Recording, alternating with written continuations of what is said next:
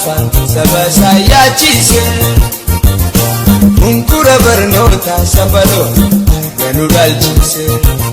Badi 1880 bara ummata Oromoo Harargee Bahaatiif bara gaddaa ture. Bara weerartoota Arabootaatii fi weerartoota biyya keessaatiin Oromoon Harargeedhaa kan bittaa diinaa jalatti kufuudhaaf dirqama turteedha. Gaaga'ama calii calanqoorratti ummata Oromoo baharra gahee seenaa umrii jaarraa tokkoo fi walakkaa qabanidha. Erga sanii jalqabee ummanni Oromoo Bahaatis akkuma Oromoota kaanitti kan carraa gabrummaa jalatti bitamee buluuf dirqame.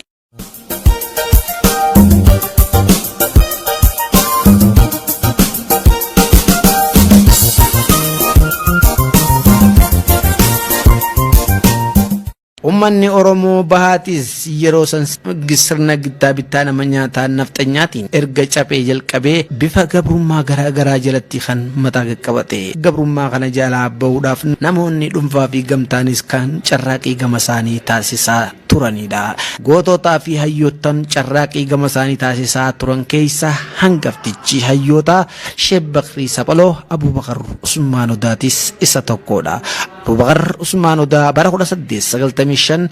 akkuma lolli calanqoo kuteen kan dhalate yommuu ta'u achirraa erga guddatee barnoota amantaa Islaamaa seenuudhaan barachuudhaan sadarkaalee garaagaraa keessa taruudhaan barnoota isaa iddoolee garaagaraatti barachuudhaan rakkoo sirni nama nyaataan uummata keenya irraan gayaa ture bifa barruutii fi bifa walalootii fi bifa barreeffamoota garaagaraatiin barreessee hawaasa biraan gayaa ture. Kan ittiin hawaasa Oromootis dammeessaa ture. Bakkee akaahoon kiyya itti dhalatee waradaa Gooroo guutuu Karramillee jalata jirtu laga qabbanaawaa jaanii Karramillee waggaa dhaabbattee karaa nama bikkee fuula karaa qiblaadhaa gallaalu karaa kaabaadhaa gallaalutti laga qabbanaawaa bakka jaaniin itti dhalatee akaahoon Rabbi rahmataa godhuu fi dhaloonni isaa achi. Kan sagantaan faawundeeshina Sheekh Bakrii Saphaloo hundeessuunis barbaachiseef hojiilee Sheekh Bakrii Saphaloo kanaan dura hojjechaa turan walitti qabuu fi kunuunsuun haala danda'amu irratti faawundeeshinni kun turtii hoteela Tiraangil taasiseen kan hundeeffamuu danda'e. Sagantaan kunis Gadaa Abduu Maalik Yoonis as bahuudhaan hal saganticha eebbaan banan yommuu ta'u sagantaa kanarratti argamuudhaan keessummoonni garaagaraa darasoonni isaatii fi namoonni seenaa ummata Oromoo keessatti bikka qaban artistootaaf hayyootan garaagaraa kan irratti hirmaatan yommuu ta'u akkasumas qeeroo fi qaarreen saganticha kanarratti hirmaatanis kan sagantichi akka miidhagina argatu taasisanii. Nullee qafiin tabaasu Rabbi nu haa godhu. Gargaarsa Rabbi nu haa ta'u. Nullee warra gargaarsa gartee misooma waan bu'aa hunda babal'isuuf ijoolleen tun kaatee dhaabde kana warra cinaa dhaabbatee fiin tabaasu nu haa godhu. Ijoollee bakkaan geessu Rabbi nu haa godhu. Hamtuu Rabbi nurraa qabu. Biyya teenya nagaa nu haa godhu. Mootummaa keenya kan makubate kanaas kafiin tabahu Rabbi nu haa godhu. Hamtuu Rabbi nurraa haa deebisu. Taalaa nu deemtu takeessaa nu deemtu nurraa haa qabu. Rabbi nurraa haa qabu. Rabbi nurraa haa qabu. Biyya subhaana rabbika بالعزة عما يصفون والسلام على المرسلين والحمد لله رب العالمين يا عزيز يا كريم يا الله. السلام عليكم ورحمة الله وبركاته. نسني جل مدام اللي بيسه. إيجان سلامتا ورجنتا رسلامة سنة سلامة ليمبودان واي خنرتين تاريخة كشوي سني دبلا وان درتي ودون تهن وان زبنا أنا في شيخ محمد نور ولنرت الكمنة دلين قال الحمد لله ربي بكتنا انجه أسئلة لنرابولان قمتشو قدولاتو تهنغا قمنة نتلا كيفما. Sagantaa kanarratti namoonni waa'ee seenaa Sheekh Bakrii Saphaloo beekanis as bahuudhaan waa'ee seenaa isaanii Sheekh Bakrii Saphaloo nama akkam akka ta'ee fi hayyuu honga hin qabne akka ta'e kan akkanatti teessisuu yaalanidha. Ulfaata Sheekh keenya kabajamaa jalatamaa Sheekh Bakrii Saphaloo har'aan tana aalima yoo rabbii keenyaan taate kutaa Harargeedha aalima keenya hayyicha keenya abbaa Oromoodha. Sheekh Bakrii Saphaloo الله أكبر الله أكبر أبا أورمود تاريخ أورمودا خأولا خدبمه خدتشي جل تربان تشي لاجله نمني لفها باسه بيكلشة Sheekh Bakrii Saphaloo إيجا خنام بودان yoo rabbii keenyaan taate namni waan akkaataa achi qaramu kan ummanni hin qabne ummata bal'aadha ummata gartee yoo rabbii keenyaan taate afaan isaaniitiin katabatee huruufa kophaa baasee fi ka qopheesse Sheekh Bakrii Sabalooti. Sheekh Bakrii Sabaloo akka ummata Oromootti akka biyya teenya sanatti nama akkaan beekamu nama akkaan taarikaan beekamu tanaafuu taarika isaa kana mul'ifnee akka dahabaatti katabnee dirree baafnee yoo rabbii keenyaan taate ummata eeguulee rabbi nu haa godhu. sagantaa irratti Sheekh Mahammad Nuur Sheekh Saabit Sheekh Bakrii Sabalootis as bahuudhaan waa'ee seenaa akaakayyoo isaaniirra kan akkanatti waa takkaa fi lama ja'anii. Wanni guddaan namni waan takka jalqabe qabsaa'uma sanii du'a malee qabsoon hin duutu dhaloonni hundi walit dabarsaa bakka tanaan geenye jechuu magaalaa dirree dhawaa tanatti Sheekh Bakriin gaafa qabamee magaalaa tanatti akka asitti bakka biiroo nagahee duutitti akka dhihaatu godhame taarika hedduuni wal qabatee deema karaan isaa dheeraadha namni hoggaa ati dubbii eega fidala kana baase qubee tana katabe amata 19 eega qaraasise booda sababa mana barnootaa ijaaramuudhaaf awwaalletti jalqabeerraa ummanni achitti yeroo abaar maallaqa san waan kafaluu dadhabeef waraqaa mangistiin nurraa katabii jaaniin waraqaa inni katabe saniitu akka inni mul'atu isa godhe waraqaan san hoggaanii fi kuburiin daraasee namicha jaan gabarnara gaafa sana daree bulchitte hoggaa dhayte hoggaa waraqaa tana qara'ee waraqaa tana qotee bulaan hin katabnee je nama higgii qara'ee nama taarika qara'ee nama higgii beekuu katabee jennaani waraqaa dhugaadhaa Sheekh Bakrii katabsiisee jaaniin eenyu Sheekh Bakriin je amma warri damiinnan yeroo san dubbii san dura ummatarraa zarafee akka mangistiidhaa galchu barbaade Sheekh Bakriin nama tokko jira biyya tana keessa fidala amaaranyaadhaan qara'inaa isin Oromoodha afaan keessaniin katabuu qabdan afaan keessaniin dubbisuu qabdan jeeni biyya keessa taa'ee ummata dalagaa tana barsiisaa jaaniin qabeetiin fidaa jee namichi wataaddaraan ajaja qabeetiin fidaa jennaan Harargeen tun ganama tokko dhiiga deebitii jaaniin fiduun dandeessu nama ati akkasi dhayxee qabduu mitii jaaniin Sheekh Bakriin duba akkamiin godhaa jennaan damiinnan isaanii kan ooleedhaa ka arma jiru kanatti ajajii jaaniin hoggaasi gaa damiinnan baddaadhaa damiinnan gammoojjiidhaa yaamanii jechuu warra magaalaa jiru abdoon isa malee namni fiduu danda'u hin jiru jaaniin rahmatullahi alayhi isaan hunda rabbiin rahmata isaanii haa godhu abdoon gaangicha naa ergaa jedhee koortutti ergatee hoggaa ol bahuu barbaade inninis murteeffateeti ka'ee jechuu magaalaa tanarraa haadha manee isaa yaamee arraan booda mana sirra ijaareetiin jira ilmaan guddisi sheekanii ajjeesanii fuudheetiin Soomaaliyaa seennaa je'een warra isaatiin dhaammatee deebi'e koortuurraa fuudhee karaa laga mixeetiin Soomaaliyaa akkana ku sheekaa haa ta'u malee immoo sheekni akaakoo rabbi rahmataa godhuufi waan abdoon quban qabne quba qaba shantanfaan gaafa san akka hidhaa jiran quba qaba inni jaarraa abbaa gadaati wachi murni san akka hidhaa jiran akaakoon quba qaba sheekni hoggaa kana jeen kootu ni dhaynaa si ajjeesan jennaan an du'ee harafu kun yoo dammaqe wanni ni nan barbaadu sanii jeen eega dhiinummaan kiyyaa'u harafu kana kaase ka gabrummaan namummaa dhoorkite kana ummata keenya baaneetti Oromoo baanee nageessi jeen hoggaa hojii dhufan namichi hoggaa asitti investigeet hoggaa intirogeet godhe hoggaa gaafatee dhageeyyi jeenati fidala kana hoggaanii fi qubee tanarra wal moroman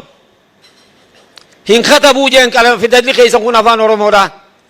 afaan keessanitti cirruudhaa jeen afaan amaaraa waan ta'e waan afaan amaaraa beeytaniif dubbattanii malee balaa katabii jeen namichaan ni katabe balaa katabii jeen beesiin laala wooma takka katabe dhalaa katabii jeen ni katabe dhalaa katabii jeen haloo katabii jeen halloo katabii jeen hoggaa kana namichi ni ajaa'ibe booda duuba mangistiin qadama tokkotti haa bulluu jette kun akka wanjala ta'e hin beeytuu hii jeenati qaanyiidhaa jeen mangistiin akkasiin jettu fidala 8 ol lakkaa'eef magaalaa tana keessatti kagaafa san katabamu ani arabiin hin baradhee jeen ati ingilizii fi afaan amaaraatiin barattee jeen barnootaa fi mitii jeen amaaranyaadha jennaan san ka higgiidhaatti bulluu jeen amaaranyaan kanuma oromoo kanaatu wanjala qabamo moo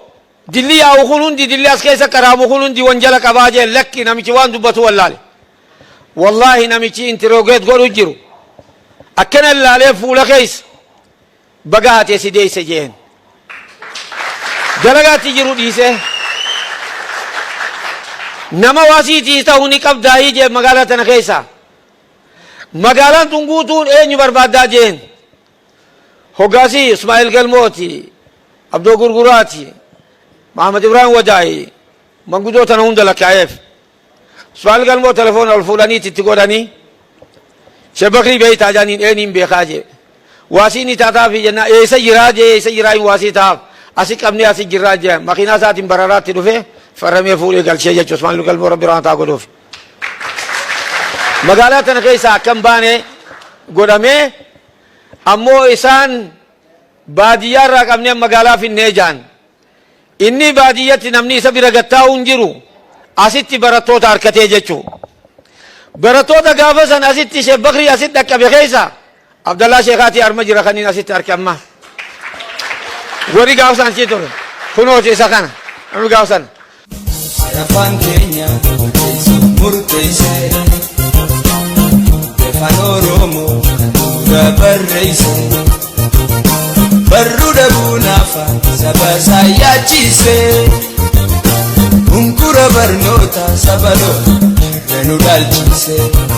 guyyaa kana hundeeffama faawundeeshinii Sheekh Bakrii Sabaloo faana wal qabatee hojiilee Sheekh Bakrii Sabaloo hojjechaa turan ragaa bahan keessaa Mahammad Ahmad Bookeetii fi wallisaan Oromoo beekamaan Shantam Shubbisaanis tokko turan. Isaanis hojiilee Sheekh Bakrii Sabaloo uummata Oromootiif hojjete magaalaa Dirree Dhawaatii fi baha Oromiyaa irratti uummata Oromootiif hojjete yommuu ibsan akkana jechuuni. Nuti gaafa afran qalloo irraa jalqabee afran qallu matanaatiitu bakka tanaan qayroo ganamaatis abbaa itti taate bakka tanaan qayroon ganamaa dhalatte jechuudha. Qabsoon guyyaa duraa afran qalloon jalqabdee qabsoo afaan keenya hagam takka laaffatee du'ee biyya teenya keessatti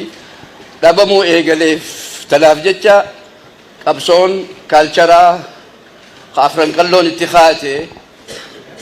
akkasuma dalagaasii jalqabdee Sumbooda akkasumatti wal faana deemaa qayroon ganamaatis kanuma jalaa dhalatte jechuudha. Shantam Shubbisaa afran qalloo booda ijoolleen afran qalloo eegala biyyaa baate booda ijoolleen Baskoob tan jedhamtu Shantam Shubbisaan faan keessa jiraniitu bakka afran qalloo bu'anii hojii qabsoodhaa kan afran qalloon jalqabde itti fufan. Sumbooda osuma wanni kun deemu Shantam Shubbisaa asii rakkina agarraan karaa biyya Somaalee utaalee achi keessaan nu waammate wallee yaa haadhatoo jechuun yaa haadhatoo ayyoo gudishaa yaa tiruu rabbi malee kan si caalu hin jiru kan jettu achiin yaguu nu waammate nu cuftinuu asii kaanee Maqdishoo jala buune. Achi booda Maqdishoo tana keessatti waan achi jiru rakkoo achi jirtu tan biyya keenya keessattis rakkoo ummanni keenya qabu achittis rakkoo biraa jiraachuu ture rakkoo isinirraa silaa isinii odeesse waan ajaa'ibaa dhageessan qabsoon xiqqoon qabdu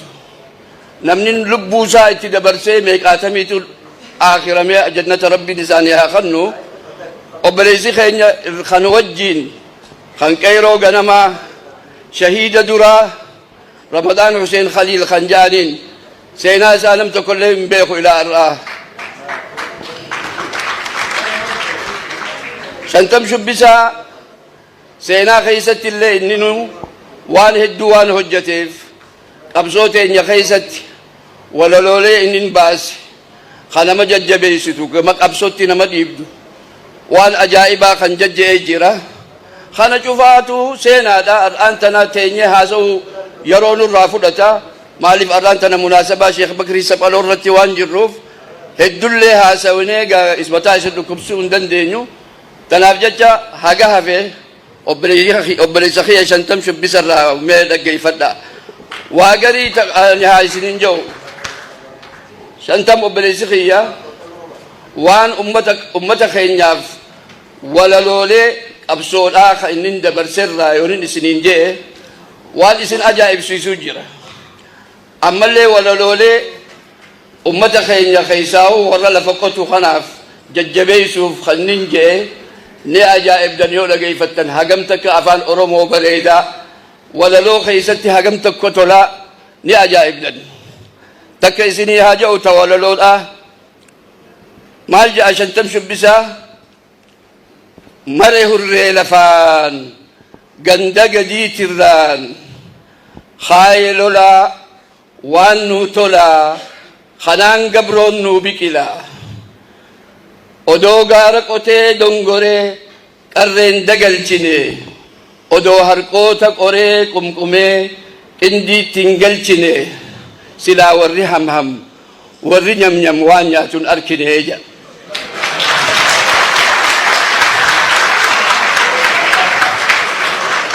wanni ajaa'iba ammas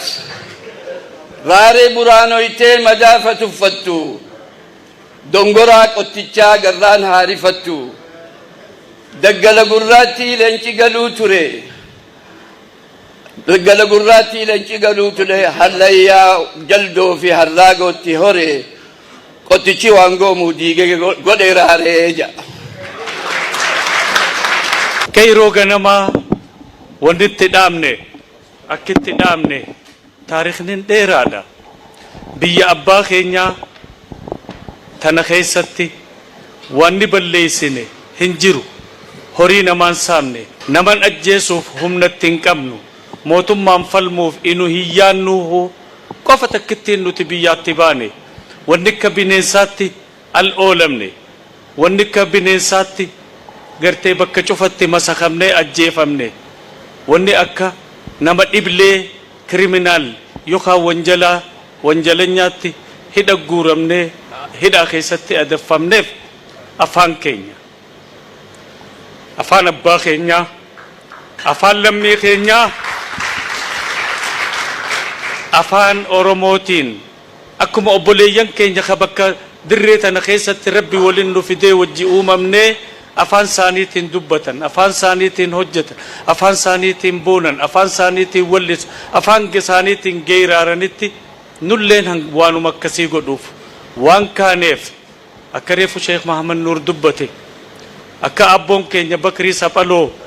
dubbate afaan keenya qofaan waa takka godhachuufi al oolamne yoggaa jiraachuu dadhabne halkan gurraacha imimmaan dhiigaan addan jirre facaasaa halkan gurraacha bineensaa fi mukaa fi citaan walit dhiibachaa yoggu meeqa garagallee biyya teenya laalaa sokkine dhidhimne eessa dhayne obboleessa tokko qabna katti dheessinu nu maxxanfatu katti dhaynu magantaa nu fudhatu obboleessa keenya Soomaaliyaa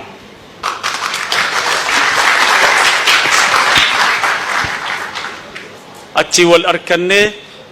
dardarri keenya faca'aa ture sanii achi kabaalee fi harirraa dhufe wali qabnee hawwisoo qayroo ganamaa jaarre yogguu xiqqoo qayroon ganamaa deemte hawwisoo qayroo ganamaa jaarre tanagaa akkitti hawwisoon qayroo ganamaa jaaramte gabaabdutti samboodagaa qayroo ganamaa yogguu xiqqasho oofne jaarraa abbaa gadaatii fi ijoolleen teenya 11 خبالي خيس اللولو ترن ندفن وان دري سنتي هاسوان نوهمان أكا دري سنتي دينا غوغودن أكا تبورتات نكانيتات غودني غويسن نوهمان نتيس يغوس أونين ندوتي جلخاني أچي بحر كتاموري لنجس أميا لولتم مادا فدنه غو أسغر غلغا أيان همون نقابته هدا سينه هرين نونتولي سمبودان أنما سكمان دوران أطالي مقدشو بويتي ودو سجي سنكرا خنسك أبمال ديدي بيسينه أكستي هوسو بيفتو بيتينيا جاري سمبود سونيس نهر كافودته موتمان فنفنه أولبه قندالوم ما بيسسا سينه وان دقيسن شوفه وجدته دوبا غا warri nu booda ittihaada biruu nuti waan dandeenyu goone waan dhaggeeffataniif isiniin galatoomsa. Sheekh Bakrii Sabaloo yeroo inni jalqabaaf qubee uume bara 1942 yommuu ta'u yeroo xaaliyaan biyya keenya seenetti namni qubee hin qabne tokko akka nama afaan hin qabneeti. Sabni tokko sirna barreeffamaa qabaachuun hangam takka akka isaaf barbaachisaa fi murteessaa ta'u yommuu hubatu Sheekh Bakrii Sabalootis akka uummata Oromootiif qubee uumuu murteessuudhaan kan itti galee hojiidhaanis hojjetee agarsiisuu danda'edha. Kanaanis barruulee garaagaraa waa'ee uummata Oromoo dammeessan barreessuudhaan uummata Oromoo keessatti mira qabsoo uumuu danda'uun isaatis waan ifatti dubbatamaa jiraati. Guyyaa irraa kana nuti dirree raawwatitti taduraa Sheekh Bakrii Sabaloo Foundation Grand Opening yookaan immoo baniinsa hojii tanaa TV asii walitti qabamne nama hedduu afeerree namoonni bulchiinsa irraayis ulamaa irraayis artistoota warra hawwisoo irraayis abbootii gadaa irraayis daminanii abbootii dhiigaa nama hundaatu asii walitti qabame Sheekh Bakriin Shakespeare uummata Oromootiif dhaloonni amma xiqqoo beeke ammoo lakkuma namni waa baratuni Sheekh Bakriin haara'uu mutaa nurraas dhaloota nu booda dhufu kan booda hedduu amma nuti wanni tu nu keessa jira gartee gabrummaa keessa dabruu fi golgolaatu nu keessa jira warri ammoo golgolatan keessatti hin dhalatinii ifa qubee kana achi deemee dhalate keessatti akkuma warri British Shakespeare yookaan warri South Africa Mandela warra akkasitti gartee uummata akkasii soddoo isaanii godhatanitti fuula dura gartee nu caala dhaloota dhufuu fi dabarsinaa jechuudha. Nuti ammoo wanni amma nurra jiru takka ta dura waan isaa walitti qabu yoo fi dhaqqabne ifiitti dalagu yoo fi dhaqqabne taates galmeessinee uummanni dhaloonni ganaa dhufu. Sheekh Bakriin kun maal akka inni ta'e maaliif akka inni laffe guyyaan kun an hoggu hunda gaanii fi namni keenya qabamee dhaabbatee bilisummaa isaatii iyyee walitti qabamee mataa ol qabatee dubbatee ani Oromoodha jedhee gaanii fi inni falmatu hunda nin boya imimmaan ijara namara maaliif silaa inni guyyaa tokko arkee waan kana maaliif ka boodaa walaloo inni baasee irratti maal jedhani beektaa mana karaa mi'eessoo magaalaa mi'eessoo keessatti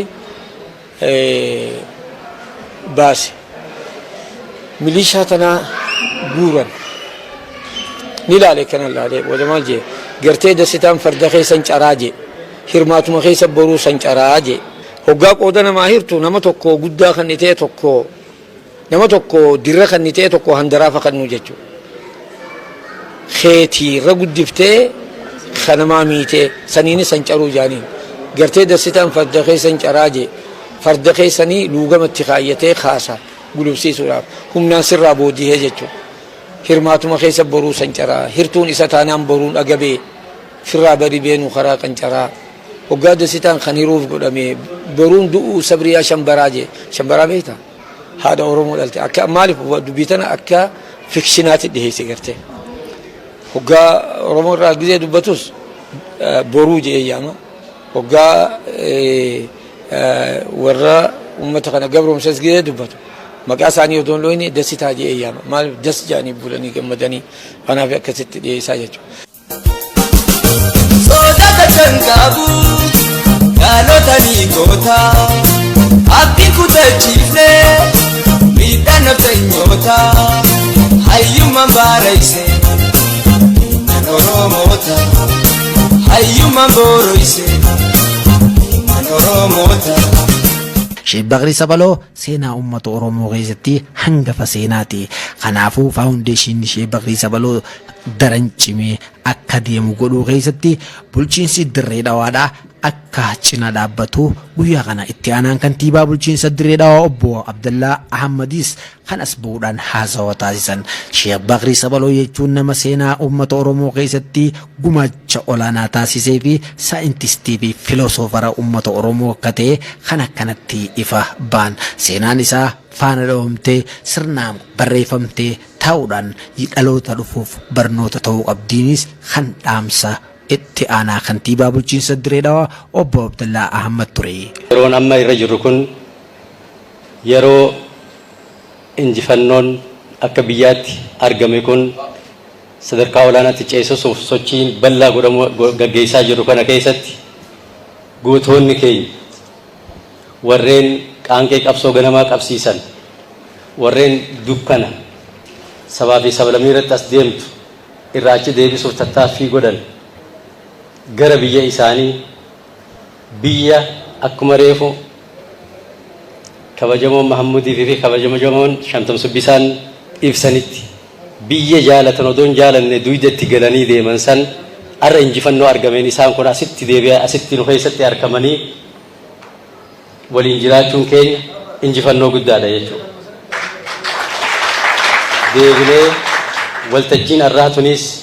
waltajjii seena qabeessa warreen qabsoo uummata Oromoo qabsoo sabaa fi sablammii biyyattii irra jirtu saaquudhaan aarsaa guddaa kafalan keessattuu waltajjiin irra Sheek Bakrii Sabaloo faawundeeshiniin kun qophaa'uun isaa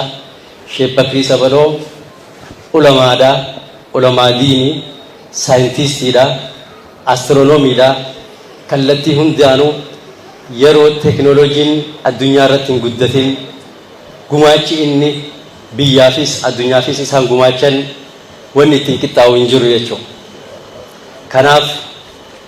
kabaja guddaa galata guddaa ummanni Oromootis sabaa sablammiinis akka biyyaatti illee biitti illee qooda guddaa isaanirraa waan argatteef goota keenya hayoomiyyuu ittiin boonnu kan seenaan isaan hin daganne ta'uu hubachuun barbaachisaadha. Keessattuu Sheek Bakrii Sabaloo hawaasa barsiisuu irratti barnoota diin barsiisuu irratti saayinsii ammayyaawaa barsiisuu irratti astiroonoomii barsiisuu irratti kana bira taree sabni hundi qubee mataa isaatii qabaa ummanni Oromoo hoo qubee mataa isaa qabaachuu dhabuun isa hadoochitee akkamitti sabni bal'aan kun sabni guddaan kun akka gaafa Afrikaatti sadarkaa guddaa irra jiru kun qubee mataa isaa hin qabaanne jedhee yeroo ilmi namaa waan kana yaaduu qalbiirra yaasuun ulfaatu san barreeffamaan kaasee ummata keenya dukkana keessaa baasuudhaaf tattaaffiin isaan godhan carraaqqiin isaan godhan waan yoomiyyuu hin daganne jechuudha. Kanaaf akkuma reefu ibsamettis gootota keenya qeerroo ganamaa kana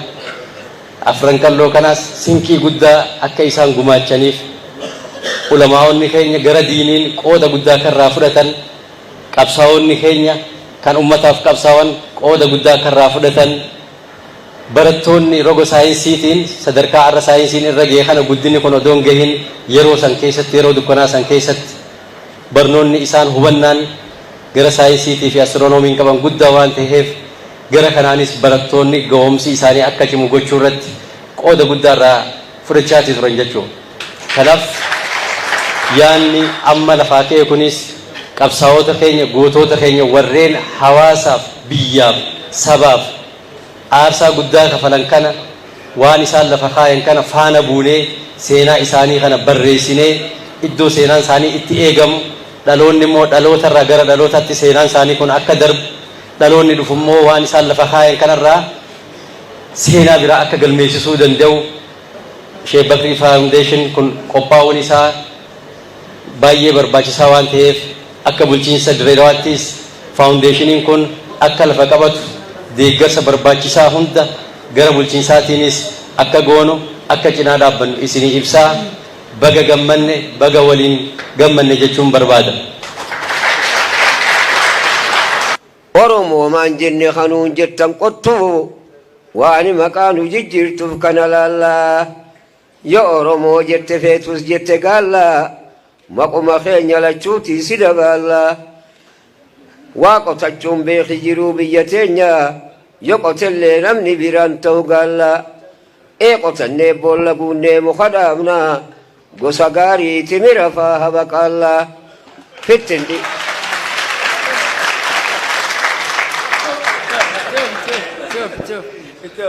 fittindi ifnuu nama qottuun nu moggaasu yoo garrellee arrabumaan isa faallaa dabarfannee amma diinniina dhugaadha yoo nu dhiisuu dide ammoo billawaa nutti utaallaa.